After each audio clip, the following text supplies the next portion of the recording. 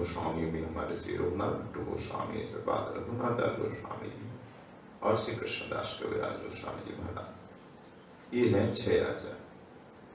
तो पहले आज हम का स्वागत करते हैं, फिर बाकी जो 4 रह जाएंगे। अभी समय है हमारे पास, कल 24 है, 24-25 विस्तार है, तो स्वागत जितना संभव होगा क्या जाएगा। तो गोविंद लीलामृत स्वागत का यहीं भी विश्राम करते हैं। बोलिए श्री गोविंद लीलामृत की जय, श्री कृष्णदास कविराज जी महाराज की जय। जय जय श्री राधे गदाई गौर पाद की जय। तो श्री बलदेव विद्याभूषण जी महाराज वंदना करते कि आनंद तीर्थ नाम जियात, ये आनंद तीर्थ नाम सुखमय धाम, ऐसे यदि जय हो। तो जिन्होंने सुंदर द्वैत सिद्धांत की स्थापना की है, हमारे यहाँ वेदांत कितने प्रकार है? अद्वैत वेदांत, द्वैत वेदांत, ठीक विपरीत अद्वैत, शुद्धाद्वैत, ये प्राचीन वेदांत है दर्शन। भारत की जो वाङ्मयी सर्वोपरि है, ये अद्भुत है। विश्व लोहा मानता है वेदांत का, दर्शन भी कहते हैं इसे। दर्शन शास्त्र, वेदांत शास्त्र अद्भुत शास्त्र है, ऋषियों की दिव्य प्रतिभा का परिचायक। तो ब्रह्म सूत्र की रचना पहले भगवान वेदव्यास ने की है। उस ब्रह्म सूत्र कई तरह के भाष्य बने, तो ब्रह्म सूत्र ही भाष्य लिखना बहुत जरूरी है। इसके बाद स्मृति प्रस्थान गीता का भाष्य और न्याय प्रस्थान ब्रह्म सूत्र। तो श्रुति प्रस्थान है उपनिषद, न्याय प्रस्थान ब्रह्म सूत्र है, तो स्मृति प्रस्थान जरूरी। तभी संप्रदाय की मान्यता होती थी। जगत गुरु शंकराचार्य ने ये परंपरा डाली है। उन्होंने पहले तीनों शास्त्र व्याख्या के, तीनों के भाष्य लिखे। तो हमारी आज जो भी आजकल जो पाठशाला के संप्रदाय है, पंथ है, उसमें प्राचीन माना जाता है शंकराचार्य जी का संप्रदाय। अद्वैत कुछ एक ही कहा, अद्वैत कहा कि जीव ब्रह्म एक ही, जीव ब्रह्म ही व ना परम का सिद्धांत है। जीव ब्रह्म एक है। इस प्रकार गुरु रामानुजाचार्य जी ने विशिष्टाद्वैत वेदांत की स्थापना की। नहीं, अद्वैत नहीं, जीव कभी ब्रह्म नहीं बन सकता। जीव जीव ही रहेगा, ब्रह्म ब्रह्म ही रहेगा। मतलब ब्रह्म ब्रह्म निशक्ति, ना उनका कोई रूप है, नाम है, लीला है, शक्ति कुछ नहीं। गुरु रामानुजाचार्य जी ने कहा नहीं, ब्रह्म विशिष्ट है, जीव और जगत से विशिष्ट है। अकेला केवल ब्रह्म नहीं है, विशिष्ट ब्रह्म, विशिष्टाद्वैत एक प्रकार से ब्रह्म का ही अंश है और नहीं भी है। वो ब्रह्म का अंश होते हुए भी वो ईश्वर नहीं हो सकते, वो सेवक ही रहेंगे। है ब्रह्म का ही अंश है पर सेवक है। भगवान की उपासना ही हमारा धर्म है। इस प्रकार की सुंदर विशिष्टाद्वैत की स्थापना खूब लोकप्रिय हुआ। ये भी दक्षिण भारत में अधिक हुआ, बड़े बड़े मंदिर बने। भाई अद्वैत वेदांत तो मंदिर की आवश्यकता ही नहीं। जब आप ब्रह्म हो फिर किसकी उपासना आप करोगे? जगतगुरु शंकराचार्य जी ने ऐसे कोई विशाल भव्य मंदिर बनाए नहीं। पर मंदिर की उपासना, विग्रह की उपासना क्यों? तो ये ब्रह्म ज्योति की उपासना करो। उनके ऐसे भव्य मंदिर तो नहीं है, शिव जी की उपासना अधिक है। तो आदि गुरु शंकराचार्य एक काम अच्छा किया कि बद्रीनारायण का पुनः प्रादुर्भाव किया। वो लुप्त हो चुके थे। गुरु शंकराचार्य जाकर के बद्रीनारायण विग्रह की स्थापना की। पुनः उन्होंने बताया यहाँ पर है, देखो कुंड में उठाओ, उनसे निकाल करके विग्रह की स्थापना। ये बहुत अच्छा काम करके संपूर्ण भारत को एक सूत्र में पिरोया है। इस अवदान को तो कोई भुला नहीं सकता, खंडन नहीं कर सकता। उस समय बौद्ध का बहुत प्रभाव था। हिंदू धर्म इसमें संकट में था, हमारा सनातन वैदिक धर्म। तो आचार्य जी ने उत्थान किया हिंदुओं का, पुनः भारतीय जो सनातन संस्कृति है उसका उत्थान किया। भारत के 4 कोने में 4 मठ बनाए। उत्तर में जोशी मठ, बद्रीनारायण निकट बद्रीनारायण मंदिर की स्थापना और जोशी मठ बनाया। दक्षिण में सिंगरी मठ, कांची मठ भी बोलते हैं, पर विवाद है, सिंगरी मठ ही उनका है। कांची वाले का नहीं, कांचीपुरम ही मूल मठ है। पर आज जो मान्यता उनके 4 है, जोशी मठ, सिंगरी मठ, पश्चिम में द्वारिका में है उनका मठ शारदा मठ, और उधर पूरब में जगन्नाथपुरी में मठ है, गोवर्धन मठ, अलग अलग नाम है। तो पूरब, उत्तर, पूरब, पश्चिम और दक्षिण, चारों कोने में 4 मठ बना करके भारत को, हमारे देश को, हमारी संस्कृति को पिरोया एक साथ। ये तो अच्छा, बहुत अच्छा काम किया। पर भगवान है, हम उनके सेवक है, ये उपासना ही खत्म कर दी। केवल ब्रह्म है, तुम भी ब्रह्म, वो भी ब्रह्म, जो ब्रह्म वो तुम हो, बस ब्रह्म में लीन हो जाना ही एकमात्र लक्ष्य है हमारा। तुम भूल गए हो तुम ब्रह्म हो, माया में आ करके तुम ब्रह्म हो ऐसा चिंतन करो, करके ब्रह्म में लीन हो जाओ। यानी ब्रह्म उपासना खत्म। भक्त जो भगवान को उपासना करते, ध्यान करते, पूजा करते, कथा सुनते, कीर्तन करते, उसमें जो आनंद है वो आनंद का है। तब वैष्णव ने कहा नहीं, ऐसा नहीं होगा, हम ब्रह्म नहीं हो सकते, हम उनके सेवक है, भक्त है, उनकी पूजा सेवा हमारा धर्म है। तो उसके विरोध में खड़े हुए वैष्णवाचार्य, षटकोपाचार्य, बड़े प्राचीन बताते कि शंकराचार्य से पूर्व थे। पूर्व में वैष्णवाचार्य खूब हुए, पर उनका उतना प्रसिद्धि नहीं हुई, प्रसिद्धि हुई ना मनोजाचार्य की हुई। षटकोपाचार्य, यमुनाचार्य, श्रीनाथ मुनि आदि अनेक आचार्य हुए। उसके बाद जगत गुरु रामानुजाचार्य, जिन्होंने भाष्य लिखा, बड़े विद्वान थे, और तीनों शास्त्र में उपनिषद, गीता और शुद्ध पर भाष्य लिखा। तो उनका मत था अद्वैत नहीं, जीव ब्रह्म नहीं हो सकता। हाँ, ब्रह्म का अंश है, पर जीव भगवान का सेवक है। विशिष्टाद्वैत मत की स्थापना की, विशिष्टाद्वैत वेदांत। इसके बाद है जगत गुरु मध्वाचार्य, उन्होंने द्वैत वेदांत की स्थापना की। विष्णु स्वामी जी ने शुद्धाद्वैत वेदांत की स्थापना की, और श्री निम्बार्काचार्य जी ने द्वैताद्वैत वेदांत की स्थापना। ये 4 वैष्णवों का वेदांत है, विशिष्टाद्वैत, द्वैत, शुद्धाद्वैत और द्वैताद्वैत। इसके बाद गौड़ीय संप्रदाय का वेदांत, अचिंत्य भेदाद्वैत की स्थापना हुई। और भी अनेक वेदांत है, अनेक मत है, प्रमुख ये है। आज विषय है द्वैतवाद, मध्वाचार्यवाद का चरित्र। तिनका आविर्भाव हुआ द्वैतवाद की स्थापना के लिए। द्वैत वेदांत एकदम विपरीत, और जितने वैष्णवाचार्य हुए उन्होंने एकदम विपरीत नहीं गए, अद्वैत को त्यागा नहीं। पर मध्वाचार्य जी ने तो एकदम त्याग दिया, बोले नहीं, कभी जीव ब्रह्म एक नहीं हो सकता, राजा प्रजा एक नहीं, जीव ब्रह्म एक नहीं हो सकता। अगर जगत गुरु कहते हैं शंकराचार्य जी, जीव ब्रह्म ही वो ना परा, जीवो ब्रह्म ही बना परा, जीव ब्रह्म ही है, दूसरा नहीं है। और उनके विरोध में कहते 2 उंगली उठा करके, जीवेश्वरो भिन्नौ सर्वदैव विलक्षणौ, जीव ईश्वर भिन्न है, सर्वदा विलक्षण है, 2 उंगली उठाते हैं। अब जहां भी चित्र देखेंगे मध्वाचार्य जी का, 2 उंगली पर 2 है, जीवेश्वरो, जीव और ईश्वर भिन्नो भिन्न है, सर्वदा विलक्षण है, सर्वदैव विलक्षण, ये उनका वचन है।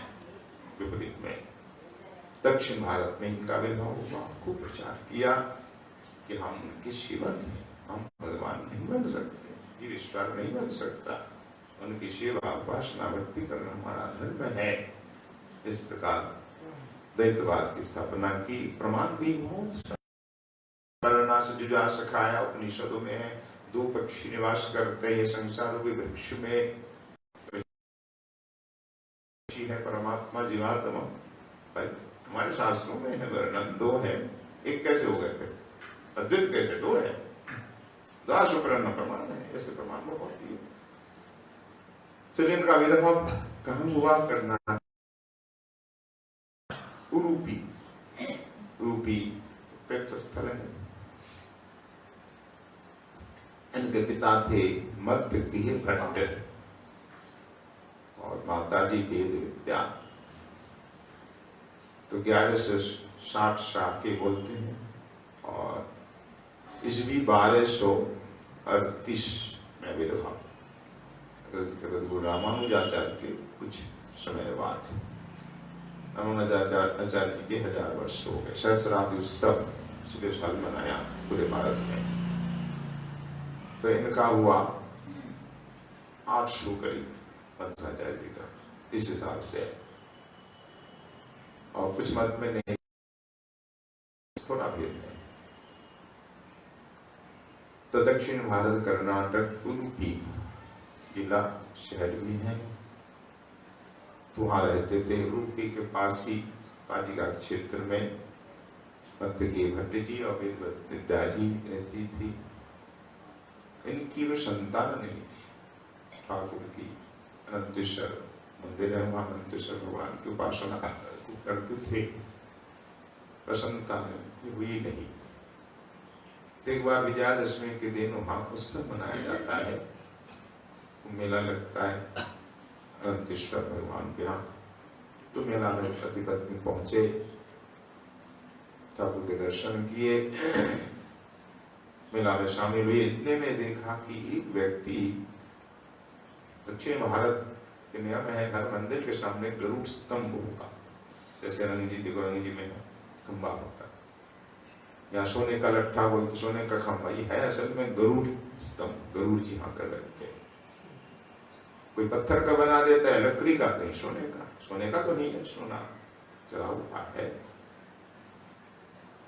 तो वैसे है भीतर तांबे का पात्र होता है, सोना का रंग चला, जैसे सोने का पॉलिश।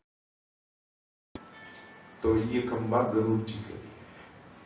ऐसे खंबे में एक व्यक्ति चढ़ गया, गरुड़ स्तंभ में चढ़ करके बोला कि मैं कहता हूं सुन लो, ये श्रद्धालुओं, आज से ठीक 1 वर्ष बाद इसी तिथि में, विजयादशमी तिथि में, भगवान वायुदेव का अवतार होगा इसी कर्नाटक क्षेत्र में। वो भगवान विष्णु के पुत्र के रूप में प्रसिद्ध है। वो आकर के इस कलियुग में विशुद्ध वैदिक धर्म का प्रचार करेंगे और भक्ति का प्रचार करेंगे, ऐसा उन्होंने कहा, घोषणा की। थोड़ी देर बाद व्यक्ति तो गायब हो गए और सभी ने सुनी बात। और ये मध्य के भट्ट जी बात को बार बार याद कर रहे हैं, ये कौन था व्यक्ति, ऐसा क्यों बोला, कौन होगा वो दंपति जिनके यहाँ भगवान आएंगे, भगवान देव। वो भाग्यशाली दंपति हुआ, जिस प्रकार मार्ग में जाते हुए चिंतन करते हुए जा रहे थे, उनको पता नहीं कि वही वो दंपति है, उनके यहाँ आने वाले। वास्तव में उनकी पत्नी ही गर्भवती हुई। 2 महीने और 3 महीने बाद स्वप्न में दर्शन किया, एक ज्योति पति के हृदय से आकर उनके हृदय में समा जाती है। उसके बाद गर्भ के लक्षण दिखाई पड़ते हैं। पतिदेव से कहती है, पतिदेव लगता है कोई महापुरुष हमारे यहाँ आए हैं। मुझे भी लगता है कि उस व्यक्ति की वाणी सत्य नहीं हो। ठीक है, ठाकुर की आराधना हम खूब करें, खूब करने लगे। और देखते देखते विजयादशमी को ही जन्म हुआ। विजयादशमी को जयंती है मध्वाचार्य जी की। बोलो जगत गुरु मध्वाचार्य जी महाराज की जय, भक्त के भट्ट की जय, विद्या जी की जय। तो बचपन का नाम रखा गया वासुदेव। बड़े ही दिव्य बालक थे, बचपन की बड़ी लीला है। एक बार तो मात्र 3 वर्ष के थे, वो अनंतेश्वर मंदिर में चले गए। कई किलोमीटर दूर है गांव से। 3 वर्ष का बालक अकेला कैसे जा सकता है? बालक नहीं। पिताजी को लगा कि मैया के पास होगा रसोई में, मैया को लगा पिताजी के पति के पास। जब बहुत देर हो चुकी तब पिताजी बोले, क्या बात है, बेटा कहाँ है जी, कहाँ है बालक, वासुदेव कहाँ है? तुम्हें क्या पता, मैंने तो सोचा आपके पास है। नहीं, हमारे पास नहीं है। कहाँ है? ढूंढो ढूंढो पूरे मकान में, कहीं नहीं मिला। पर मकान बहुत बड़ा बड़ा होता था, मकान के साथ नीचे होते थे, जलाशय होता था, बहुत ढूंढा, कहीं नहीं। अरे कहाँ चला गया? वो गांव में, पूरे गांव में देखा, नहीं है। पिताजी बड़े चिंतित हुए। चलो हम अनंतेश्वर भगवान के पास चलते हैं।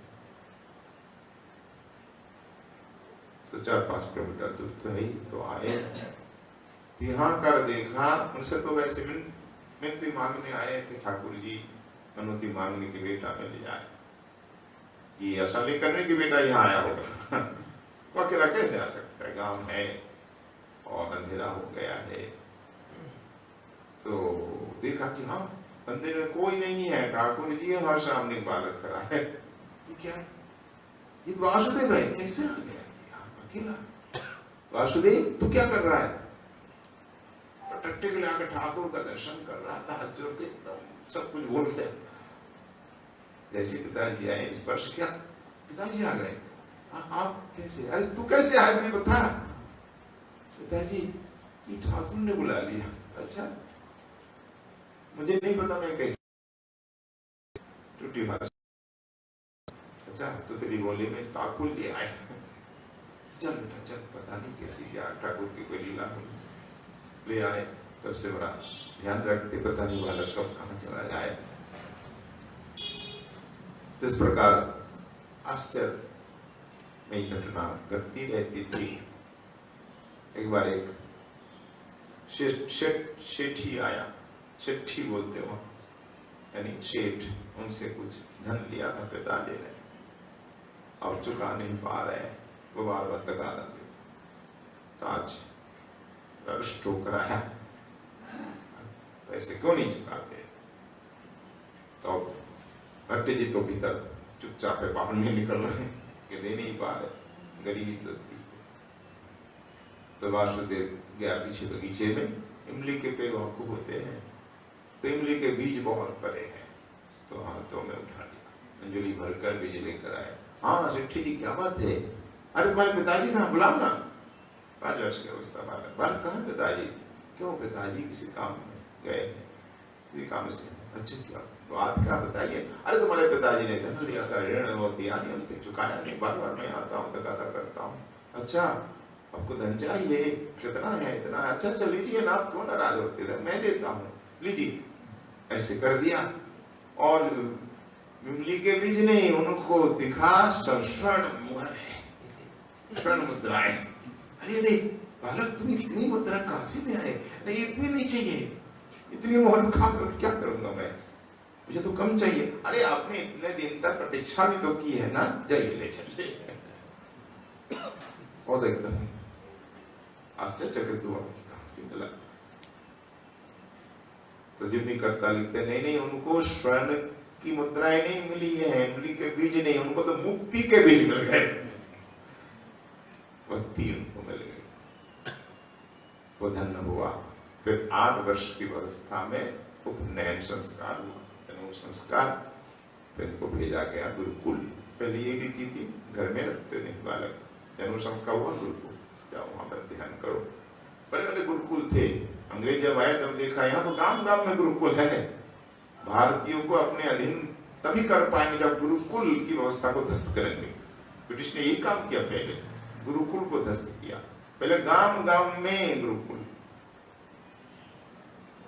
कई लाख गुरुकुल, सब गुरुकुल की परंपरा खत्म कर दी ब्रिटिश ने। नई शिक्षा पद्धति चालू। गुरुकुल में संस्कृत पढ़ाया जाता, काव्य, व्याकरण, गणित, भूगोल, इतिहास, ज्योतिष, बहुत अच्छा वेद का ज्ञान देते थे। भारत शिक्षित था उस समय, बहुत शिक्षित था।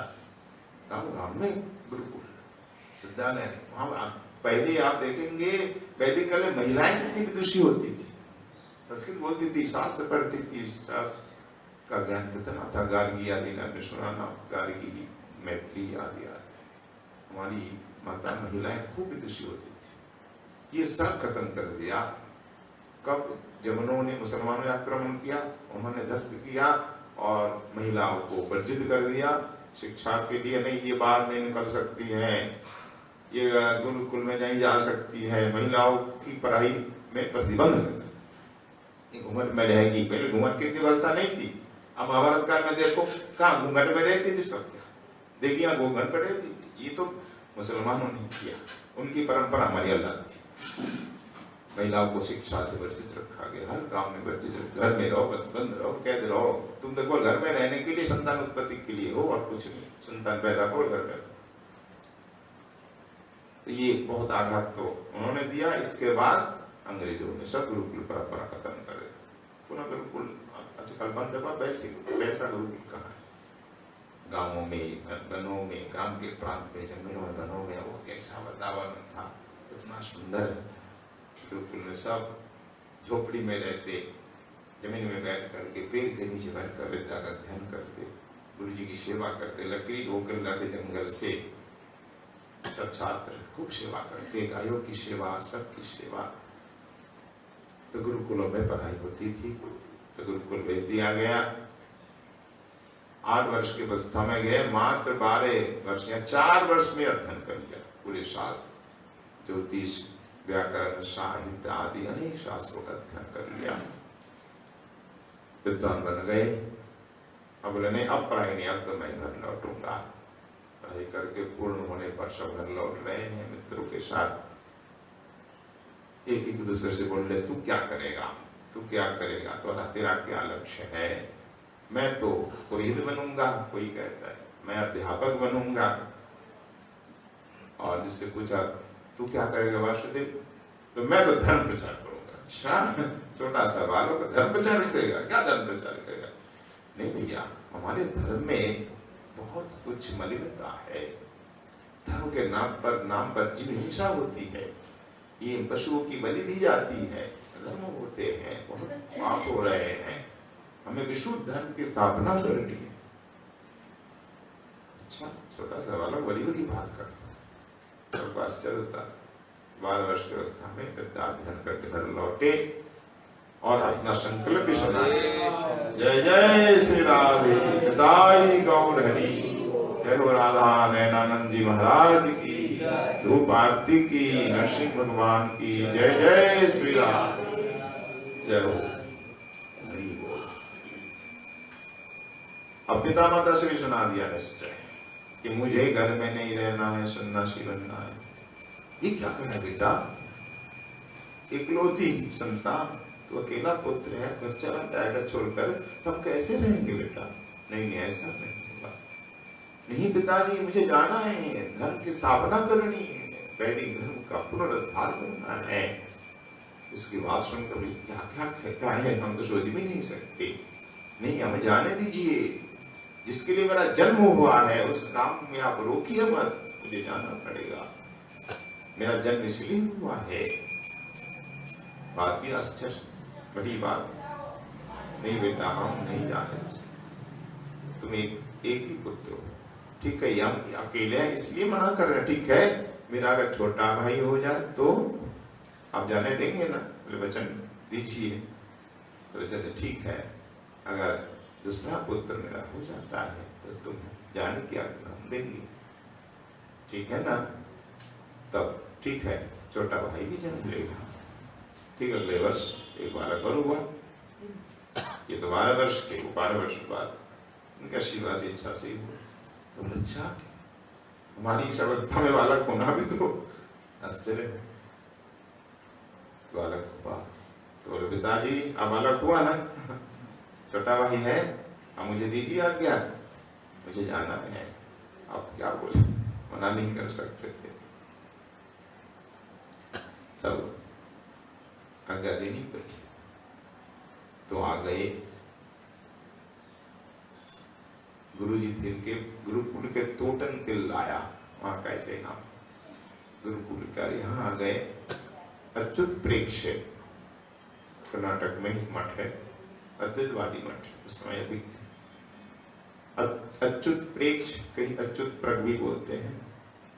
तो उनके पास शरण में, उनकी शरण में आए कि गुरु जी आप हमें दीक्षा दीजिए, हमें सन्यास दीजिए। पहले दीक्षा दी, सेवा करने लगा। इसके बाद सन्यास दिया तो नाम रखा गया पूर्ण प्रज्ञा। ये अच्युत प्रज्ञ, ये पूर्ण प्रज्ञ, इनको प्रज्ञा पूर्ण प्राप्त हो गई है। तो तुम बड़े विद्वान हो, प्रतिभावान हो, तुम्हारा नाम, ये सन्यास का नाम पूर्ण प्रज्ञ थी। और अपने उत्तराधिकारी भी घोषित कर दिया, तुम ही इस आश्रम के मठ के उत्तराधिकारी बनोगे।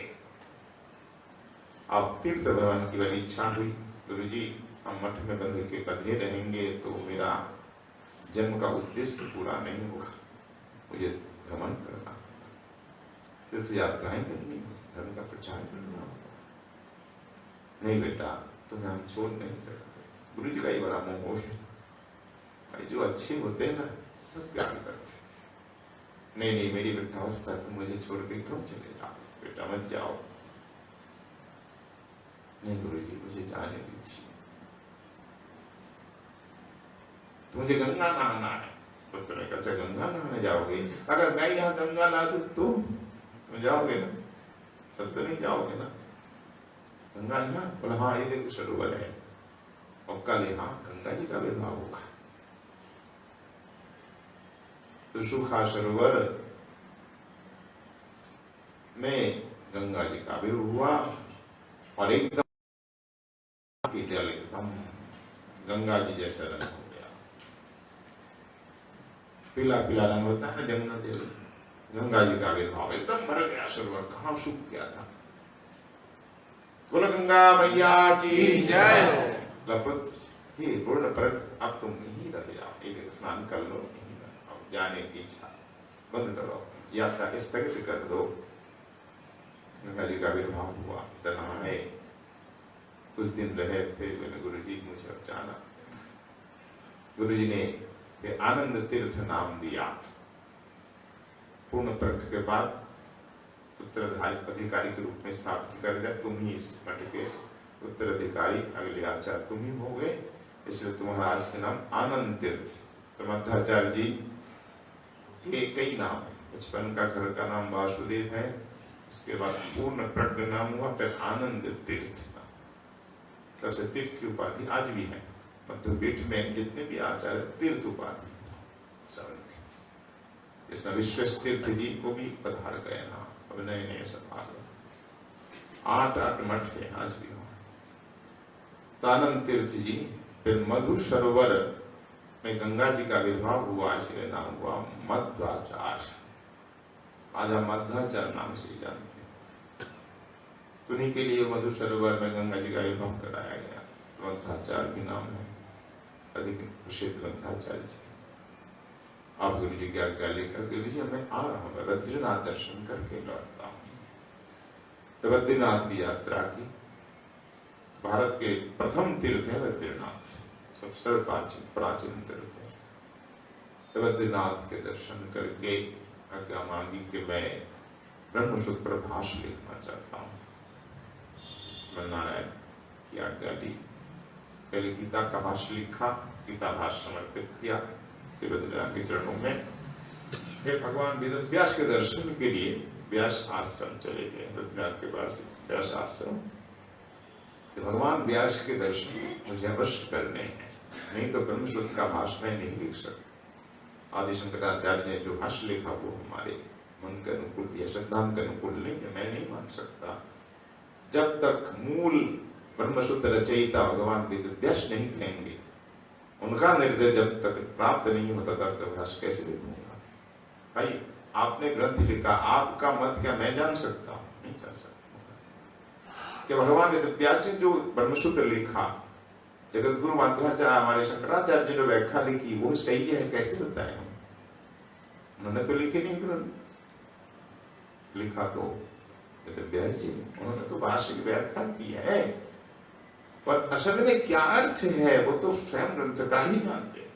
इसलिए व्यासदेव के दर्शन के लिए संकल्प लिया और 48 दिन तक एक ही आसन में बैठ गए, उठे नहीं, हिले तक नहीं।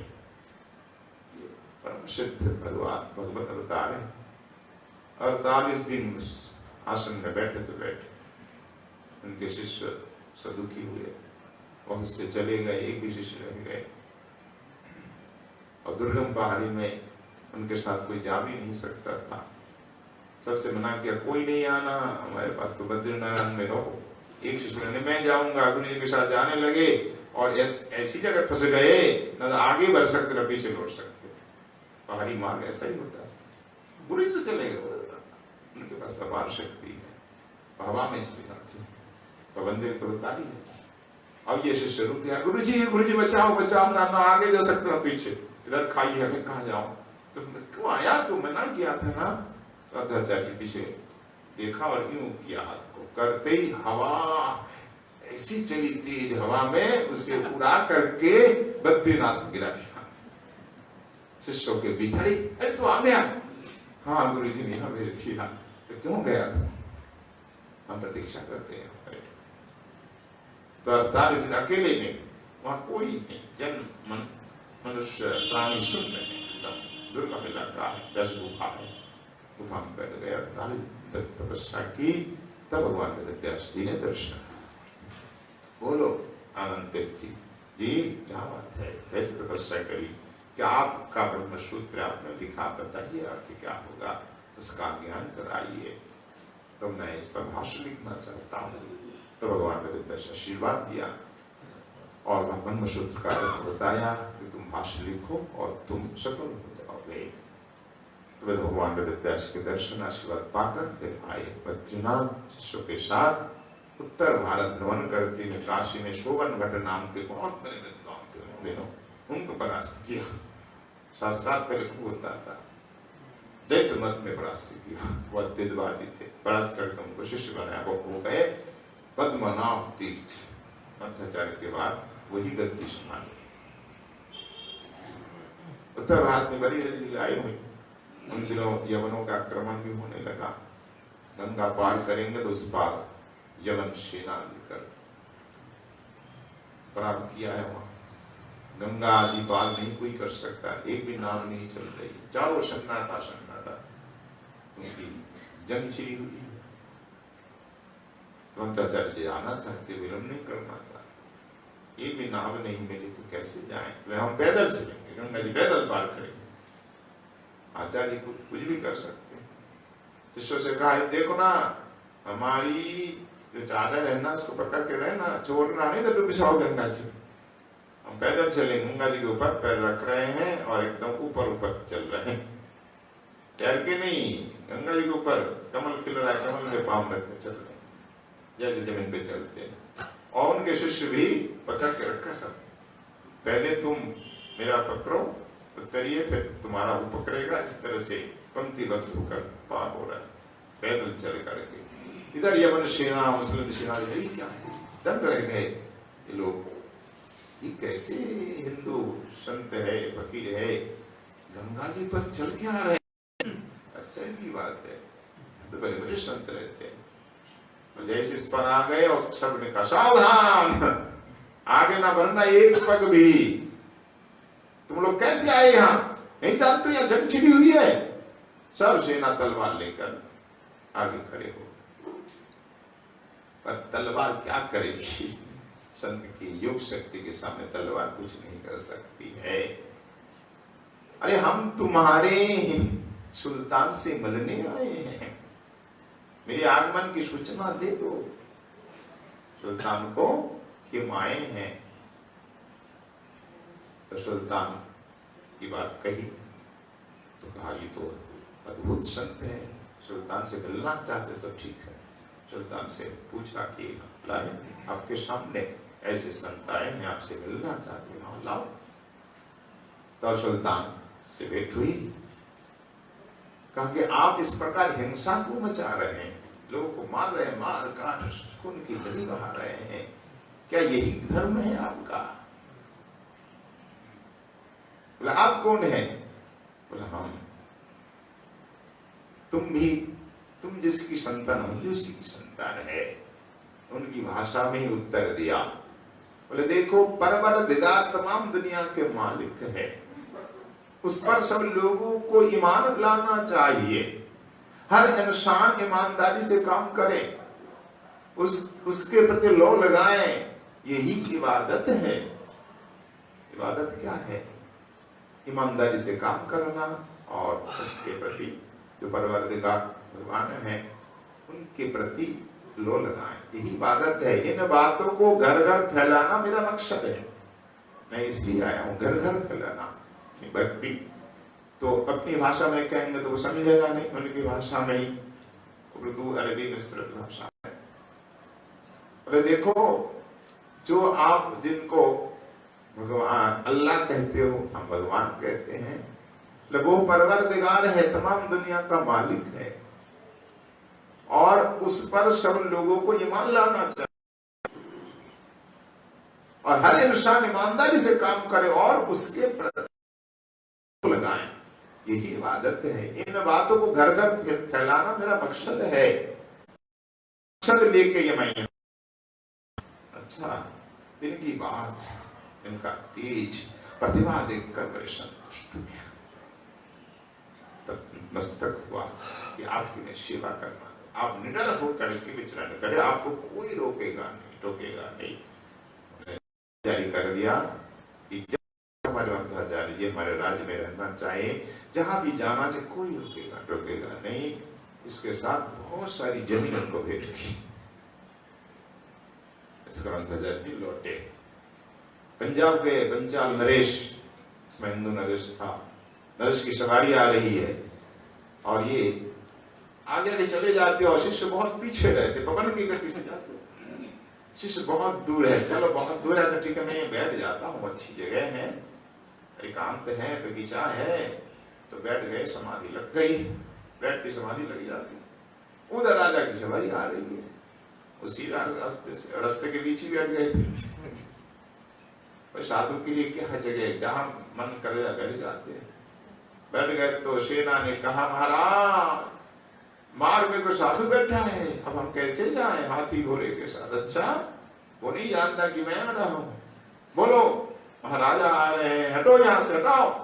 वो सुनता ही नहीं है, हमने बहुत आवाज दी, बहुत हटाने का प्रयास, वो हटता ही नहीं, मतलब समाधि लगती है। अच्छा, ये सब ढोंग कर रहा है।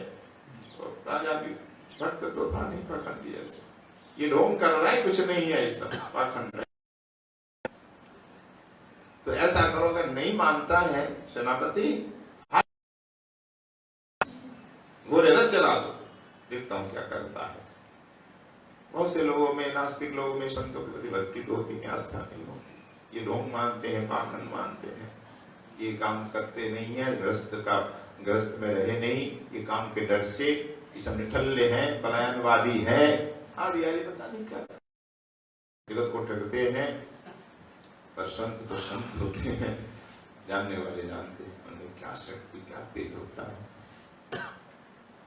जैसे राजा का आदेश, हाथी चला दो, आगे आगे हाथी जा रहा है, तो महावत ने हाथी को ऐसे किया, अंकुश मारा और हाथी उड़ गया। पांव उस पर रखने जा ही रहा था, इतने में क्या हुआ, अलौकिक शक्ति से हाथी के पांव जहां तहां रहेगा, यूं ही खड़ा रहेगा हाथी। घोड़े भी, रथ भी, कोई आगे नहीं कर पाया, स्तंभित हो गया। ये योग शक्ति है, स्तंभित कर देना। राजा तो दंग रह गया, क्या है। तब आकर चरणों में गिरा। जब कोई योग शक्ति का प्रयोग कर तब वो दुष्ट मानता, ऐसे नहीं मानता। रावण आदि बड़े बड़े अत्याचारी हुए, जहां योग शक्ति का प्रभाव मिला वहां तो नतमस्तक हुआ। पहले पहले दक्ष ने भी बड़ा विरोध किया था, मरीचि का विरोध किया, नहीं आपको विवाह करना है। दक्ष चाहता हर कोई विवाह करे, कोई सन्यासी नहीं बनेगा और संसार चलाए, गृहस्थी होए, नहीं तो वंश कैसे वृद्धि होगी, संसार में प्रजा कैसे बढ़ेगी। नारद जी पर भी आदेश जारी कर दिया, नारद जी मैं विवाह करूं नहीं कहा तो तुझे श्राप दूंगा। दक्ष ने श्राप दे दिया। नारद जी हंस रहे थे, भैया अच्छा तो किया, मैं एक जगह नहीं टिकूंगा, दो घड़ी से अधिक आनंद है। दंता योगी, बहता पानी शुद्ध है। मरीचि से टकराया, मरीचि तो एक ऋषि थे दिया, सप्त ऋषियों में, तो मरीचि से टकराया, उन पर भी आदेश जारी करने लगा। मरीचि देखते, दक्ष तू मेरा छोटा भाई है, मैं तेरा विरच हूं, मुझे आदेश देने का अधिकार तुझको नहीं है। मैं पृथ्वी सम्राट हूँ, प्रजापति अध्यक्ष हूँ, मैं आदेश दे सकता हूँ। छोटा भाई भी राजा बने तो दे सकता है। अच्छा, तेरे पास वैभव है, पृथ्वी का सम्राट, ये अहंकार है ना, मेरे पास भी तो कुछ है, कर तू क्या कर सकता है। आक्रमण भी किया, बलि यूं किया, उसकी सेना कहां उड़ गई, सब स्तंभित हो गया। तब नतमस्तक, जब तक नहीं दिखा तो नतमस्तक कोई होता नहीं। इसलिए जोगियों को कभी कभी दिखाना भी पड़ता है चमत्कार। कश्यप जी को भी दिखाना पड़ा। दक्ष में कश्यप पर शासन करना चाहा, कश्यप को आदेश दिया तुम यहाँ आओ, आदेश नहीं माना, पर नहीं, आदेश से मैं नहीं जा सकता, अगर निमंत्रण देता तो जाता। अच्छा, ऐसा कहा दुष्ट ऋषि ने, दुष्ट तो ऐसा करो बंदी बना के लाओ। तो क्या कश्यप जी को बंदी बना के लाएगा? उनकी एक बेटी वो भयंकर थी, बाबा पिता जैसी, पर मैं जाऊंगी पिताजी आप मत जाइए, मैं जाऊंगी, बंदी बना कर लाता हूँ दुष्ट कश्यप को। वो कौन सी थी? दीति, दैत्यों की माँ। उसका स्वभाव विपरीत था, पर कश्यप जी को बंदी बनाने के लिए प्रयास किया। कश्यप जी के आसन पर वो बैठ गया। मैं पृथ्वी सम्राट की पुत्री हो, सारी पृथ्वी हमारी, हम कहीं भी बैठ सकते हैं। क्या हुआ जो ऋषि का आसन है मेरा है, ऋषि के आसन में मंत्री ने मना किया, तुम कायर हो, बंदी बनाओ। सेनापति नहीं, कैसे? अरे कायर हो, कैसे नहीं बनाओ, मेरा आदेश है, नहीं तो तुमको मैं तो दंड मिलेगा। तो बात होकर सेनापति बंदी बनाने, पर बंदी कैसे बना सकते उनको? फिर कैसे तैसे अदिति भी आ गई थी, अदिति ने बनाया। एक बार आप मान लीजिए, मेरी बहन है अदिति, उसके बाद आप एक बार चलिए बंदी बनकर, स्वयं शिक्षा पूर्वक बंदी बनकर आए। देखिए कश्यप, ये आसन खाली नहीं है आपका, मैं बैठी हूं, आपका आसन नहीं, आपको तो सिंहासन मिलेगा। कहां? कारागार में। चलो इनको बंदी बना कर ले चलो। सेना आदेश दिया सेना को। अच्छा, हमें बंदी बनाओगे, अब तो मुझे कुछ योग शक्ति दिखानी ही पड़ेगी। तब जग शक्ति का प्रभाव दिखाया, और सारी सेनापति सब की तलवार धरी रह गई। एक आया, सबकी तलवार अस्त्र गायब हो गए, और ऋषियों के हाथ में तलवार आ गई, और सब के सब मूर्छित हो गए तेज से, और दीति भी गिर गई मूर्छित। आप सब उल्टे पांव भागे। कौन ला सकता है ऋषि को बंदी बना करके? तब वो माना। दक्ष भी बाद में नतमस्तक हुआ। ऐसी ऐसी लीलाएं हैं। तो मध्वाचार्य जी तो जोगी है, तब राजा भी नतमस्तक हुए और अनेक भूमि की प्रदान की। तो मध्वाचार्य चरित्र का आधा हुआ। ब्रह्मा जी का, रुद्र भगवान का, शंकादि ऋषियों का। तो श्री ब्रह्म रुद्र शंख आपका मध्य विश्व किसी रामानुजम श्रीचक्रे मध्वाचार्यम चतुर्मुखः श्री विष्णु शमिनम रुद्रः निम्बादित्यम चतुष्षणः। ये श्लोक प्राप्त होता है, और मैं रत्नावली में है ही श्लोक। भगवान लिखते हैं कि पद्म पुराण से लिया। श्री रामानुजम श्री चक्रे, श्री लक्ष्मी ने कलयुग में रामानुज को स्वीकार किया। यह श्री संप्रदाय का प्रचार इस युग में हुआ स्वामी रामानुजाचार्य के द्वारा। इसलिए रामानुज संप्रदाय में बड़े बड़े मंदिर है। हरदेव जी का अनेक और भी बहुत मंदिर है। तोताद्री मठ है, हरिदेव मठ है।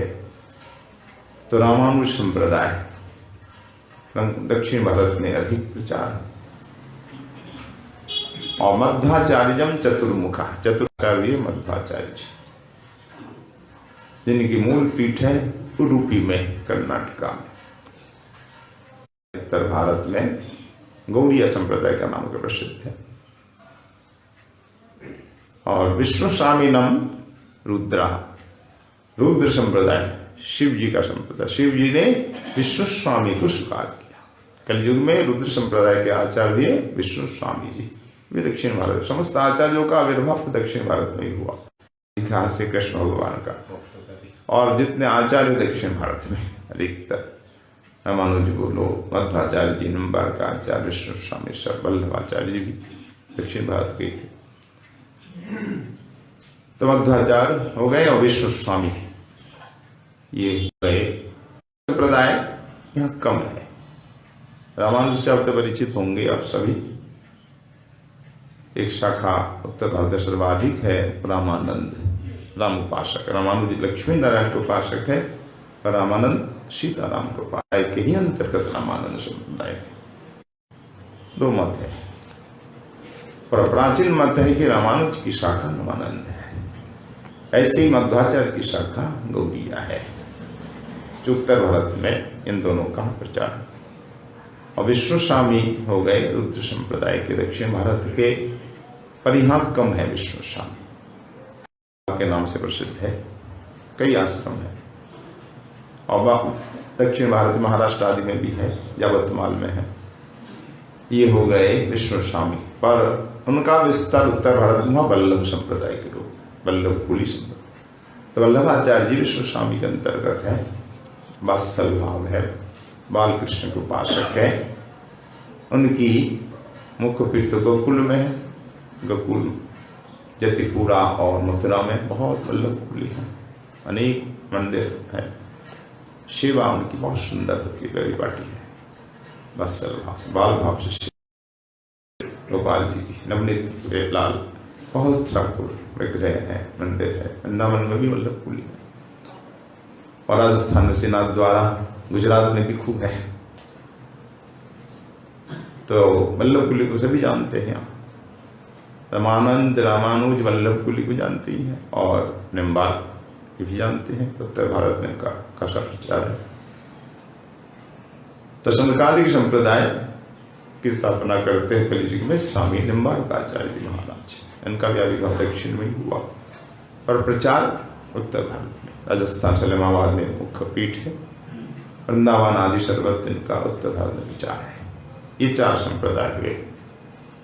तो चार संप्रदाय के अन्यतम प्रमुख हमारे मध्वाचार्य जी महाराज। दूसरे नंबर पर बताया जाता है श्री ब्रह्म रुद्र शरण का श्री ब्रह्म। दूसरे पे नंबर पे आता है ब्रह्म यानी मध्व संप्रदाय। तो कलियुग में ब्रह्म संप्रदाय के प्रचारक, संस्थापक ये मध्वाचार्य जी महाराज, जिनकी जयंती अगली दशमी को, विजयदशमी को है। तो यहाँ प्रतिवर्ष उत्सव मनाया जाता है। तो इस उपलक्ष्य में आचार आराधना महोत्सव मनाते हैं। 6 आचार्यों का महोत्सव मनाया जाता है। तो मध्वाचार्य जी का पावन चरित्र का यहाँ आस्वादन चल रहा है, कल भी हुआ, आज भी बाकी जो चरित्र रह गया है आस्वादन करेंगे। तो जगत गुरु मध्वाचार्य जी उत्तर भारत भ्रमण करके अब दक्षिण भारत लौटे, बद्रीनाथ तक गए। ये 12वीं शताब्दी की बात है। तो यहाँ सब पर विजय पाई। मध्वाचार्य जी ने सबको प्रभावित किया अपने योग बल से, भक्ति के बल से। बड़े बड़े दुष्ट नास्तिक राजा उनके चरण में नतमस्तक हुए। यवन राज व सुल्तान भी नतमस्तक हुए। अनेक जमीन प्रदान की उनको। बहुत सम्मान यहाँ मेला प्रचार हुआ का जल वहां है, सकते हैं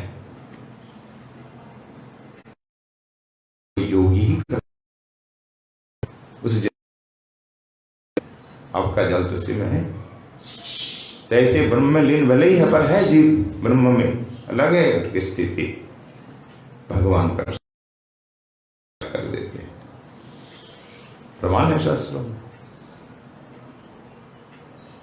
कि ब्रह्म में लीन हो गए जो जीव, उनको भी भगवान क्या हैं, अलग कर देते हैं।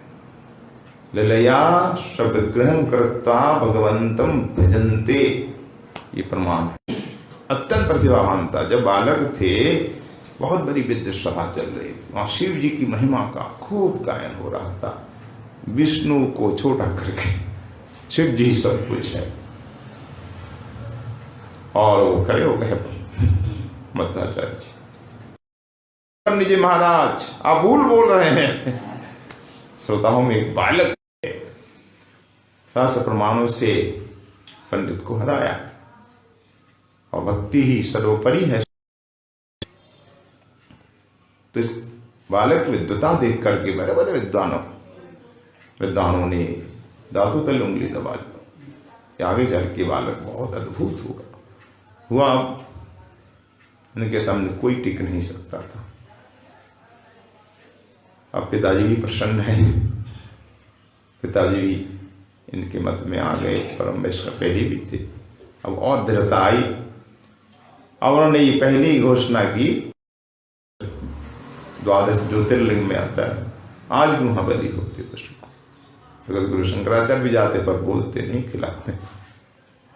आज भी बंगाल में काली घाट में सरेआम ये बलि आज भी हो रही थी, पर कम, पहले से बहुत कम हो चुका है। यहां तक कि नरबलि खूब होती थी। तो खिलाफ बोलने का साहस तो मध्वाचार्य जी नहीं किया। उन तंत्रिकों के, कपालिकों के, काली भक्तों के विरोध में खड़ा हुआ। बोला नहीं, बलि नहीं, मैया कभी बलि से प्रसन्न नहीं हो सकती है। ऐसी कौन सी मैया जननी है जो अपनी संतान की बलि ले? बोल नहीं सकती है। अब अगर जननी मानती हो, ये जननी है, जगत जननी, ये क्या संतान नहीं उनकी? पशु, ये क्या बलि? शास्त्र में बलि विधान है। बलि क्या विधान है? पढ़ो अच्छी तरह शास्त्र को समझो। बलि मतलब अपने को समर्पित करना, अपने को चढ़ा देना। बलि का एक अर्थ उपहार, न च हिंसा, मतलब उपहार को बोलते नहीं, भगवान का उपहार है, पूजा की सामग्री बलि। और बलि मतलब अपने को बलि करके पशु की बलि कर देते। जैसे उस धर्म में भी होता है, यमन मुस्लिम धर्म में भी होता है, बकरीद, वहां व्यवस्था है कि अपने को दो, अपने को देने से दो, प्रतीक बना करके पशु को मारते, इसलिए कि पशु कुछ नहीं कर सकता, मूक है। ये बहुत अन्याय है। खुद को बलि दे नहीं सकते, पशुओं को दे देते हो।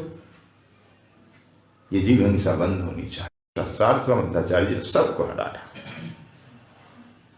किसी जीव की हत्या ये पूजा नहीं हो सकती है, अधर्म है, सरासर अधर्म है।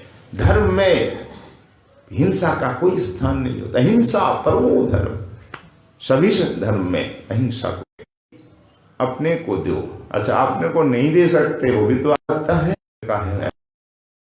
नहीं, पेट में से लाया गया वो तो भोजन है, नहीं तो नष्ट हो जाएगा। हालांकि इसमें भी अपराध तो होता है, पर ये थोड़ा थोड़ा पाप है, इसके लिए आप सब सट जाएगा। ये अनाज हमारे लिए तो हम नहीं पैदा किया, तो अनाज जब फसल पक जाती है तभी तो हम लेते हैं। जब ये गेहूं, धान आदि सब पक जाते, गिर जाए, वैसे पहले ना तो फल अपने आप गिरे तो लो, इसमें पाप नहीं होता। पहले ऋषि पत्ता भी नहीं तोड़ते, जब गिर जाए तब वो सूखे पत्ता, गिर जाए फल उसको, पक जाए फसल, फिर उसको लेते, इसमें कोई पाप नहीं। ऐसे फल लाओ, गन्ना हो, पेटे हो, बलि तो ये आटे का पुतला बनाओ।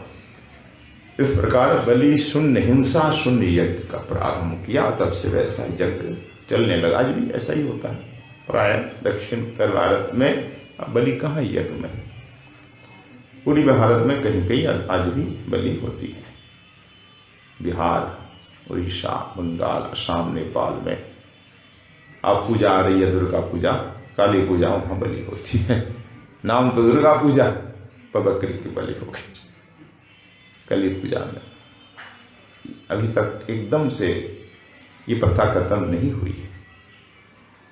ठाकुर चाहेंगे तो हो जाएगी खत्म, तो धीरे धीरे बहुत कम हो गया। उत्तर भारत में न के बराबर, यहाँ तो अब सुना नहीं जाता। बोली होती है बलि, यहाँ तो नहीं। दक्षिण पश्चिम उत्तर भारत में खत्म है, कि पूरी भारत में कुछ जगह है, सर्वत्र नहीं है।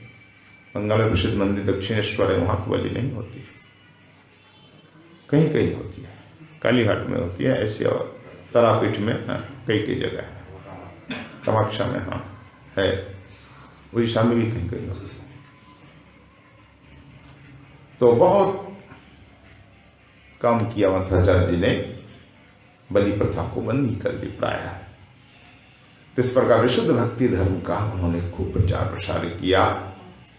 और उडुपी में मठ बनाए, 8 प्रमुख मठ। 9वां मठ श्री कृष्ण मठ, जो ठाकुर उनको मिले। कहाँ मिले? समुद्र में, जहाज में। 8 मठ तो निर्माण कर दिए और 8 शिष्यों को वहां बैठा भी दिए। 8 मठों का नाम है अलीमार, अदमार, वहां का नाम ही ऐसा है। पुत्तिगे, शिरूरू, सोदे, कानूरू, पेजावर, ये 8 मठ में कहीं श्री रघुनाथ जी हैं, कहीं विठल नाथ जी ठाकुर श्री कृष्ण भगवान, कहीं श्री राम जी, कहीं श्री नारायण हैं। ऐसे सब विष्णु के ही अलग अलग मूर्तियों की स्थापना हुई। 8 शिष्यों को 8 मंदिर की में गद्दी नशीन कर दिए और बाद में उन्होंने एक मूल मठ बनाया, उसमें श्री कृष्ण भगवान है। वो कैसे भगवान? माधुर स्वरूप है, चतुर्भुज नहीं। वहां दक्षिण में कृष्ण भी होते थे, चतुर्भुज होते। महाप्रभु गए बोले देखो कृष्ण है तो चतुर्भुज ही मिलते हैं, द्विभुज कृष्ण नहीं मिलते। भाई हम तो द्विभुज कृष्ण को उपासक है ना, 2 हाथ वाले, 4 हाथ वाले कहीं नहीं है। दक्षिण में हाथ खूब घुमाओ, मुरली वाले कृष्ण आपको कहीं मिल जाए, शायद ही कहीं मिले। पर एक मध्वाचार्य की गद्दी में 2 हाथ वाले कृष्ण मिले। मुरली वाले ही नहीं हो, क्या है? मथानी, दही मंथन मैया करती है ना, तो दही मंथन की वो मथानी और रस्सी, 2 चीज उनके हाथ में, एकदम बाल स्वरूप है। अद्भुत मूर्ति है, प्राचीन मूर्ति। ये मध्वाचार्य जी को मिली है। कैसे मिली है? तो 8 मंदिर बनाए, पूजा श्रद्धा सेवा की स्थापना कर दी। बहुत दिव्य मंदिर, आज भी जाइए। दक्षिण भारत में कर्नाटक में प्रसिद्ध है वो पीठ, उडुपी पीठ, मध्य पीठ। 8 मंदिर, सब मंदिर, शांत सरोवर है, गरुड़ स्तंभ है, 12 महीने उत्सव हो रहे हैं, आज भी खूब हो रहे। मंदिरों में हाथी भी, हर मंदिर में बहुत वैभव भी है। तुलसी की बड़ी महिमा, तुलसी के बगीचा, विशाल विशाल बगीचा है। तुलसी से ठाकुर की पूजा अर्चना होती है। कभी 1 करोड़ तुलसी दल अर्पण किया जाता है, 6000 से कम तो अर्पण होता नहीं। रोज एक बार 1 करोड़ तुलसी का अर्पण हुआ। कितने लोग लग गए तुलसी पत्ता तोड़ने, सफा वो बिनने, अमनिया करने, फिर धो करके चंदन में लगाकर, फिर बहुत मिल करके 1 करोड़ तुलसी अर्चन हुआ। तुलसी की वैष्णव जहाँ वहाँ तुलसी की महिमा होगी। तो आज भी शुद्ध भक्ति यहाँ है। तो मंदिर स्थापना करके, पूजा सेवा स्थापना करके और निश्चिंत होकर के रोज प्रातः काल चले जाते, समुद्र किनारे बैठकर ध्यान करते। बस में समुद्र है, कोई दूर नहीं। तो समुद्र किनारे बैठ जाते, एकांत में ध्यान लगाए बैठते। एक दिन की बात, द्वारिका से एक जहाज जा रहा है मलावर की ओर। तो माल भर के द्वारिका से जहाज बना हुआ मालाबार जा रहा है और तुलुक के निकट जहां बैठे थे वहां निकट वह जहाज डूबने लगा। एक समुद्र में तूफान कहां और उसे फंस गया जहाज, अब डूब जाएगा। तो जहाज में सवार लोगों ने देखा कि वो तीर में दिख रहा, एक सन्यासी है, शायद ये हमें हमारी रक्षा करते। प्रार्थना कर रही, महात्मा जी रक्षा कीजिए, रक्षा कीजिए, हमारी रक्षा नहीं तो हम डूब जाए, सब की सब मर जाएंगे। समुद्र यात्रा में तो संकट है ही, अपने प्राणों को मुट्ठी में लेकर ही जाना होता था। सफलता भी मिलती है, कभी कभी दुर्घटना में फंस जाते तो गए, आज भी होता है, पहले खूब होता था। ये प्रार्थना कर रहे थे और महात्मा जी हमारे मध्वाचार्य जी ने देखा कि जहाज विपत्ति में है, बचाना हमारा धर्म है। तब उन्होंने अपनी जो उत्तरी चादर को यूं ऊपर उठा, उत्तरी को ऊपर उठाया, उठाते ही वो हवा बंद, तूफान बंद हो, समुद्री तूफान आदि बंद और जहाज मुक्त हो गया। समुद्र शांत हुआ, हवा बंद होते ही तो उन लोगों ने देखा कि वो जो संत बैठे हैं, संत ने अपना वस्त्र ऊपर उड़ाया और वस्त्र के कारण ये तूफान बंद हुआ, आदि बंद हुई और समुद्र शांत हुआ। ये महात्मा की कृपा है। चलो पहले उनसे मिलते हैं, कुछ भेंट अर्पण करते हैं। कोई पवन देव के अवतार है, उनके सामने पवन रुकेगा ही। सतयुग में पवन है तो त्रेता में यही पवन देव बने। कौन? हनुमान जी, पुत्र के पवन पुत्र के रूप में। और द्वापर में भीमसेन जी बने, पवन पुत्र है ना भीमसेन जी। और कलयुग में मध्वाचार्य जी, बहुत बल था मध्वाचार्य जी। तो उनके सारा मात्र से हवा बंद हुई और जहाज मुक्त हुआ। भक्त ने सवार लोग निकट आए, किनारे आकर के जगत गुरु के दर्शन किए, प्रणाम किया और खूब स्वर्ण रत्न हीरा आदि ले आए, अर्पण किए। हे भगवान स्वीकार कीजिए तुच्छ भेंट, लेकिन मान एक हीरा नहीं, हमें नहीं, ले जाओ, कुछ तो स्वीकार कीजिए। हाँ एक वस्तु तुम्हारे जहाज में, वो हमें दो। आचार्य जानते तो क्या है, कौन सी वस्तु है? आपके जहाज में ठीक बीचों बीच एक बहुत बड़ा गोपी चंदन का ढेला रखा है, कुंदा, उसे उठा कर लाओ। बहुत भारी, कई मन का था, इसलिए रखा कि जहाज का संतुलन ठीक रहे, बीचों बीच रखा हुआ था।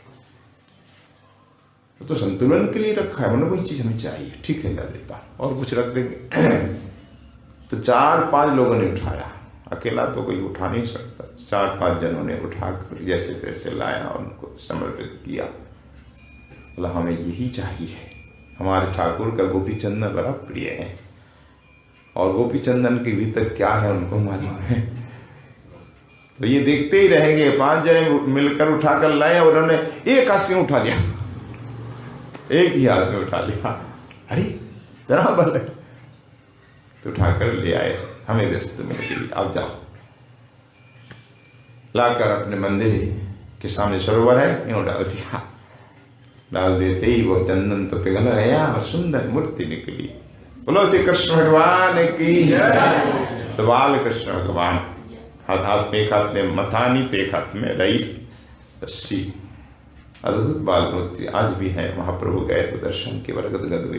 जो पूरे दक्षिण भारत में एक ब्रज के ठाकुर का दर्शन हुआ, ये ब्रज का भाव है। बाल कृष्ण लाल करीब 800 से ऊपर वर्ष पहले मध्वाचार्य जी ने विग्रह की प्राप्ति की स्थापना की। आज भी मूल मठ में, कृष्ण मठ में सेवा हो रही ठाकुर की, वही मूल मठ माना जाता है।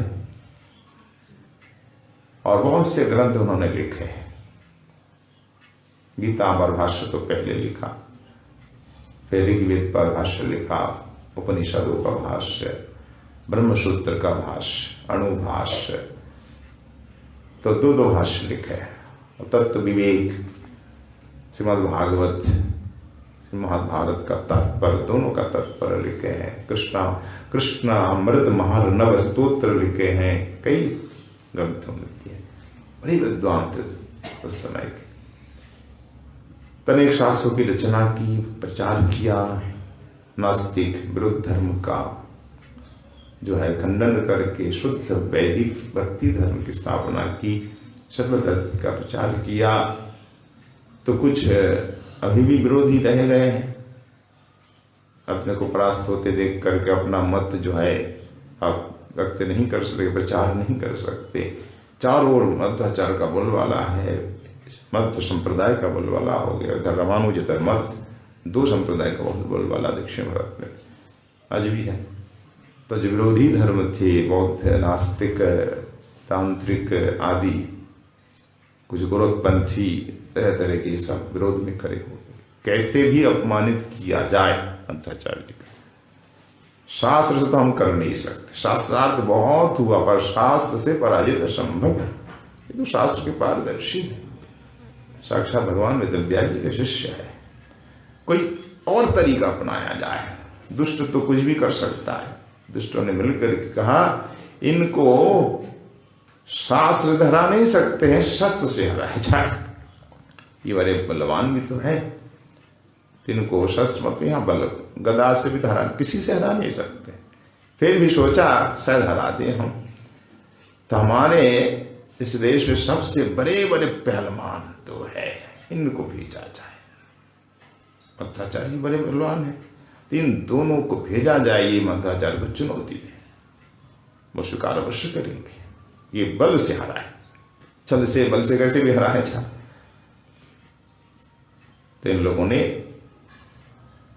इस प्रकार युक्ति करके इन दोनों को भेजा, जाओ तुम लोग जा करके मंत्राचार्य को चुनौती देना, कैसे भी उनसे लड़ना, लड़के उन्हें परास्त करो, फिर तुमको बहुत पुरस्कार दिया जाएगा। ये दोनों धन के लोभ में आए, मंत्राचार्य से ध्यान में ही थे,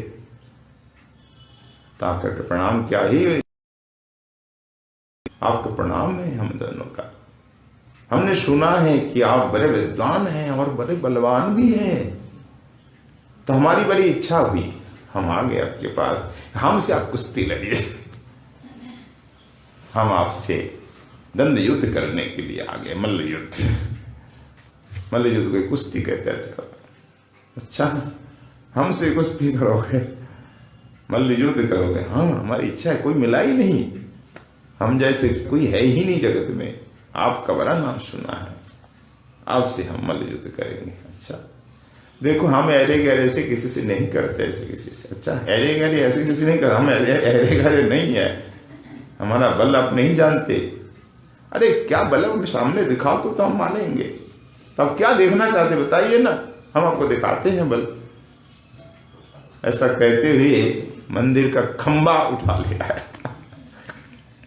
जगमोहन में खंबे लग रहे थे बड़े बड़े, एक बड़ा सा खंबा उठा लिया, उखाड़ लिया, देखिए हमारा बल, आप जो बोलेंगे हम करेंगे, हमारी शक्ति का हम परिचय चाहते हैं।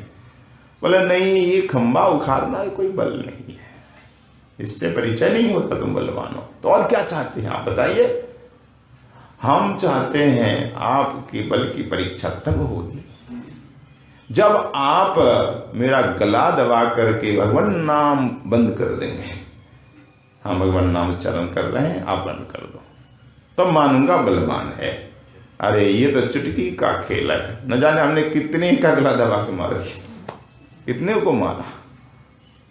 आप कौन है हमारे सामने? आपको मारने में हमें कोई परिश्रम नहीं होगा, आसानी से मार सकते हैं, तो मारो। मैं तो कहा ना, ये चुनौती स्वीकार करो, मेरा गला दबाओ, अगर तुम जीत गए तो तुम्हारी जीत है। तो अंतर्चार्य जी बैठ गए, भगवान नाम ले रहे हैं, तब पहले एक आया, बाएं हाथ से, बाएं हाथ का खेला, बाएं हाथ से गला दबा दूंगा, बाएं हाथ से अवज्ञापूर्वक गले को दबाया। आचार्य जी बोल रहे हैं श्री कृष्णाय नमः, इस प्रकार नाम ले रहे थे, श्री विष्णवी नमः, मधुसूदनाय नमः, पर बंद नहीं होगा, एक हाथ से सवाल नहीं, फिर दो हाथ से कस के पकड़ा, फिर नारायणाय नमः, पद्मनाभाय नमः बोल रहे, भगवान नाम चल ही रहा है, एकदम पसीना पसीना हो गया, पूरी ताकत लगा दी, पर गला नहीं दबा, नाम बंद नहीं, हार गया, अंत में गिर गया। अब दूसरा आया, उससे भी जी भर प्रयास किया, खूब जोर लगाया, पर वो भी हार गया, नाम बंद नहीं हुआ।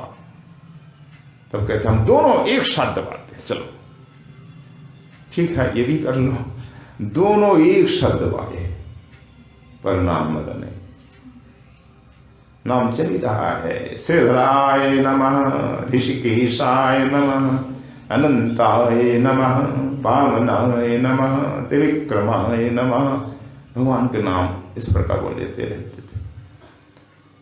जब बंद नहीं हुआ, फिर अंत में दोनों हार गए, चरणों में गिर गए, साष्टांग दंडवत लगाई, हे भगवान वास्तव में आप महान हैं, अलौकिक पुरुष है, हमने अपराध किया है, ऐसा करके आप क्षमा कर दे, आप कोई साधारण मनुष्य नहीं है, ऐसा बल हमने आज तक कभी नहीं देखा, तो धन्य है आप। तो चरणों में को रोने लगा, तब क्षमा कर दे, अरे मूर्खो अपराध तुम्हारा नहीं है, तुमको भेजने वाले कोई और है ना। बोला हाँ, धन के लफ्ज से आए, कोई बात नहीं, क्षमा है, पर जिन लोगों ने भेजा उनकी बुद्धि फिर जाए, ठाकुर ने सद्बुद्धि थी। ऐसे महान प्रतापशाली बलशाली परम विद्वान परम तपस्वी योगी हमारे आचार्य मंथाचार्य जी हैं, और जिन्होंने 9 प्रमेय तैयार किया है। प्रमाण प्रमेय, उपमान उपमेय कि अपना जो सिद्धांत है, सिद्धांत की स्थापना की। इस प्रकार 9 प्रमेय के द्वारा सभी आचार्य ने अपने अपना सिद्धांत की स्थापना तो की है। तो मध्य मत में क्या सिद्धांत है, कौन कौन से प्रमेय हैं 9। बलदेव वृंदावन जी ने लिखा, हरिराम व्यास जी ने लिखा, नवरत्न ग्रंथ है उनका, हरिराम व्यास जी का। 9 प्रमेय की चर्चा वहाँ हुई है। वही मध्य संप्रदाय से ही है, हरिराम व्यास जी किशोर वन वाले। तो श्रीमन मध्य मते हरि परतमा सत्यम जगत तत्तो, ये 9 प्रमेय है। भेदो जीव गणा हरेरनुचरा नीचोच्च भावंगता मुक्तिर्नैज सुखानुभूतिरमला भक्तिश्च तत्साधनं प्रत्यक्षादितृतयं प्रमाणमखिलम् अम्नायैकवेद्यो हरिः। इस श्लोक में ही शार्दूल छंद है। इस श्लोक में 9 प्रमेय बताया गया है। पहला है श्रीमन मध्य मते, मध्वाचार्य के मत में, हरि ही परतम, परतम हरि है, हरि से बढ़कर कोई नहीं। प्रमाण के रूप में श्रुति स्मृति का प्रमाण दिए हैं खूब। कृष्ण एवा परदेवस्तम धैर्यतम यजित, उपनिषद का प्रमाण। एक वशी सर्वगः कृष्ण ईड्डः, ये गोपालता उपनिषद का प्रमाण दिया है। दक्षिण भारत के आचार्य सबसे पहले वेद को माना है, उपनिषदों को, गीता महाभारत को, फिर भागवत को माना है। और हमारे यहाँ तो भागवत को सबसे पहले मानते हैं।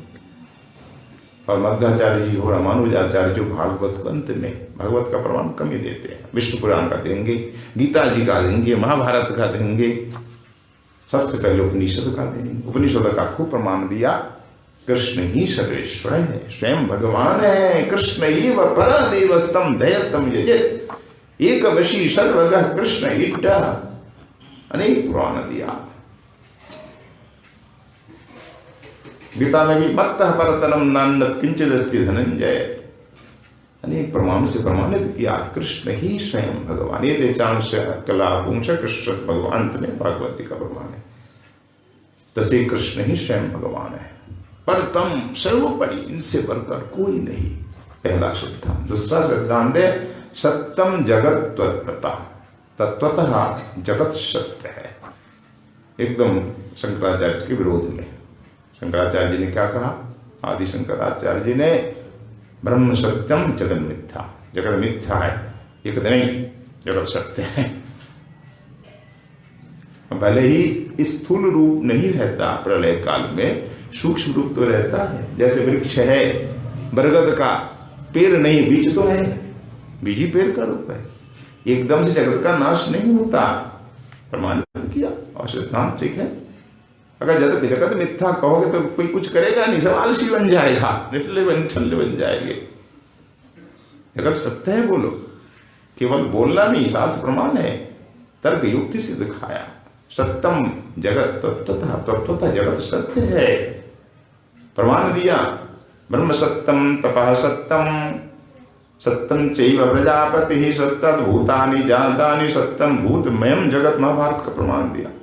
ब्रह्म सत्य है, तपस्या सत्य है, और प्रजापति ब्रह्मा जी भी सत्य है, और जगत सत्य है। सत्य से उत्पन्न सब कुछ सत्य है। भाई जगत की उत्पत्ति कहाँ से हुई? भगवान से ही ना। तो ब्रह्म सत्यम, जगत सत्य, तपः सत्यम, सत्यम चैव प्रजापति सत्यात् भूतानि जातानि सत्यम भूतमयम जगत। तो ब्रह्म यानी भगवान सत्य है, तपस्या सत्य है, उनका भजन भी सत्य है, प्रजापति ब्रह्मा जी सत्य है, और सत्य से उद्भूत समस्त भूत प्राणी भी सत्य है, और भूतमय जगत भी सत्य है। ये दूसरा प्रमेय सिद्धांत। तीसरा है भेदो जीव गणा, जीव को आप ईश्वर बताओगे, जीवेश्वरो, कि जीव ब्रह्म ही बना बरा, जीव ब्रह्म है बोले नहीं। जीवेश्वरो भिन्नो सर्वदा एव विलक्षणो, प्रमाण द्वासुपर्णा जुजा सखाया आदि प्रमाण, बहुत प्रमाण है। तो जीव कभी ईश्वर नहीं बने। जीव अणु है, अणुभाष्य उनका है, अणु। और ब्रह्मा, भगवान ब्रह्म कैसे विभु है, कितने बड़े हैं हम बोल नहीं सकते, कितने बड़े हैं। आकाश कोई नाप सकता है क्या? ब्रह्म कितने बड़े हम नाप नहीं सकते, बोल नहीं सकते। जीव कितना छोटा सो भी हम बोल नहीं सकते। अणु और विभु, जैसे सूर्य का किरण, समुद्र के जल का कण एक नहीं है। प्रमाण श्वेताश्वतर, प्रमाण उपनिषद का श्वेताश्वतर उपनिषद, और उपनिषदों में भी है कि बालाग्रस्त भागस्य सतधा कल्पितस्य च भाग जीवो सविज्ञेह चानंताय कल्पते। बाल का अग्रभाग, अगला हिस्सा लीजिए, 100 टुकड़े कीजिए, तो 100वां हिस्सा कितना छोटा होगा, अब पकड़ भी नहीं सकते ना, शायद इस नेत्र में आंखों से देख भी नहीं सकते। उसको फिर 100 टुकड़े कीजिए, तो उतना भाग जीव है कि इसके अगले हिस्से का छोटा सा टुकड़े का 10,000वां हिस्सा जीव है। ऐसा हमारी श्रुति ने कही, श्रुति भगवती ने कही है। सभाग एवं जीव विज्ञ, उसे जीव जानिए। और जीव एक नहीं, ब्रह्म एक है, एकम ब्रह्म, और जीव अनंत है। इस प्रकार सिद्धांत, तीसरा सिद्धांत है। चौथा सिद्धांत है जीव हरे अनुचरा, जीव सब हरि के अनुचर, हरि के सेवक, जीव ईश्वर नहीं है, हम सब हरि के दास। प्रमाण देते हैं पद्म पुराण का, महाभारत का, क्या जीव भूता हरे रेव दास भूता हरे रेव नन्न सेव कदाचन। जीव सब हरि के दास और किसी के दास नहीं। तो हरि परतम सत्य है, जगत भी सत्य है, जीव और ईश्वर में भेद है, ये तीन वर्ण। और चौथा जीव हरि के दास है। पांचवा नीचोच्च भावम गता, जीव जीव में भी भेद है और सबको एक नहीं बता सकते। हम गैया की पूजा करते हैं, क्या कुत्ते की पूजा, गधे की पूजा करते हैं? तो जीव कैसे एक हो जाएगा? हाथी में सवार होके आप जाते कि गधे में बैठ के जाते हैं कोई, तो एक कैसे हो जाएगा? एक नहीं हो सकता। चींटी और हाथी से एक नहीं हो जाएगा। जीव जीव में भेद, 5 भेद, जीव जीव में भेद, जीव जर में भेद, जर जर में भेद, जीव ईश्वर में भेद, 5 प्रकार भेद बताया। जर जर में भेद, जब पीपल तुलसी की पूजा करते, कि हम बबूर की पूजा करते हैं, तो जर जर में भी भेद है। जीव जीव में भेद, जीव ईश्वर में भेद, जीव जर में भेद, इस प्रकार भेद भी। ये 5वां और छठा की मुक्ति, छठा सिद्धांत। मुक्ति किसे कहते हैं? नैज सुखानुभूति, अपने सुख की अनुभूति ही मुक्ति है। वो कौन है अपने सुख? हम हरि के दास, हरि सेवा अपना सुख है ना, यही सिद्धांत है। भगवान की सेवा ही, सेवा सुख ही मुक्ति है, सेवा प्राप्ति ही मुक्ति है। अच्छा, और साधन क्या है? 7वां, न भक्ति तत्साधनम, भक्ति ही साधन है हरि प्राप्ति का। कैसी भक्ति? अमला भक्ति का है, निर्मला प्रेमा भक्ति ही भगवत प्राप्ति का साधन है, जिसमें किसी प्रकार कोई कामना नहीं हो। उनकी भक्ति में भी कामना नहीं, अमला भक्ति से भगवत प्राप्ति होती है। और 8वां प्रमेय सिद्धांत, प्रत्यक्षादितृतयम प्रमाणम। प्रमाण क्या है? आप जो सिद्धांत लिख रहे हैं इसके लिए प्रमाण क्या है? तृतय प्रमाण है। तृतय क्या है? श्रुति, प्रत्यक्ष, अनुमान। किसी को सिद्ध करने के लिए 3 प्रमाण देते हैं मुख्य रूप से। प्रत्यक्ष हमने देखा है, ये प्रमाण है। कुछ अनुमान, इसने ऐसा किया, ये अनुमान है, आज भी कोर्ट में सब साबित किया जाता है। और कुछ लिखा हुआ प्रमाण, इसने लिखा ये कि हमने किया है, तो माना जाएगा ना। तो श्रुति, शास्त्र प्रमाण आज भी हमारे कानून में है, लिखा हुआ कहीं मिल गया, किसी ने लिखा, जैसे आत्महत्या करने से हमने ये लिखा, प्रमाण माना जाएगा ना? बिल्कुल माना जाएगा। तो श्रुति प्रमाण सर्वोपरि, इसके बाद प्रत्यक्ष देखा हमने, और एक अनुमान। कभी अनुमान भी खंडित हो जाता है, नहीं ये माना जाएगा, अनुमान होता है। प्रत्यक्ष भी कभी कभी भूल देखते हैं, कभी झूठ बोल देते हैं, बोल देते ना गवाह, ये भी नहीं, अगर लिखा है तो ये एकदम अकाट प्रमाण है, मरने से पूर्व लिखा है, इसने लिखा है, तो श्रुति प्रमाण अकाट है। तो भगवान और ये सिद्धांत स्थापना के लिए हमने 3 प्रमाण को अपनाया। वेद ने क्या कहा, शास्त्रों ने, फिर प्रत्यक्ष हमने क्या अनुभव किया, अनुमान क्या है, और अंतिम सिद्धांत 9वां प्रमेय है अखिल अमनायिक वेद्यो हरि। जितने शास्त्र हैं सब का सार क्या है, सभी का वेद्य हरि ही है। वेदे रामायणे चैव पुराणे भारते तथा आदावन्ते च मध्ये च हरि सर्वत्र गीयते।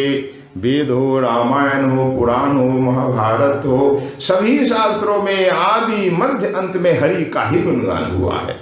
इसलिए हरि ही एकमात्र वेद्य है, जानने योग्य है।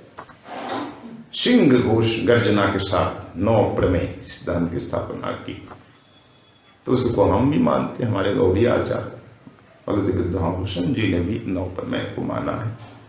गोविंद भाष्य में सिद्धांत रत्न प्रमेय रत्नावली में है।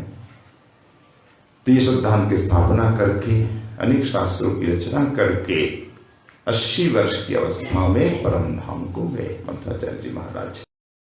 तो उनके शिष्य मुख्य हुए कौन, पद्मनाभ तीर्थ, कन्याहरि, माधव आदि, फिर अंत में माधवेंद्र पुरी, ईश्वरपुरी, फिर महाप्रभु से ये परंपरा चली है। इसमें तर्क करने वाले अनेक तर्क करते हैं, हमारे संप्रदाय मत अनेक है ही, पर जो सुलझी विद्वान वो कहते देखो तोड़ने में जरा तनिक सा समय लगता, तनिक प्रयास करो तोड़ दोगे, पर मिलाना बहुत मुश्किल होता है।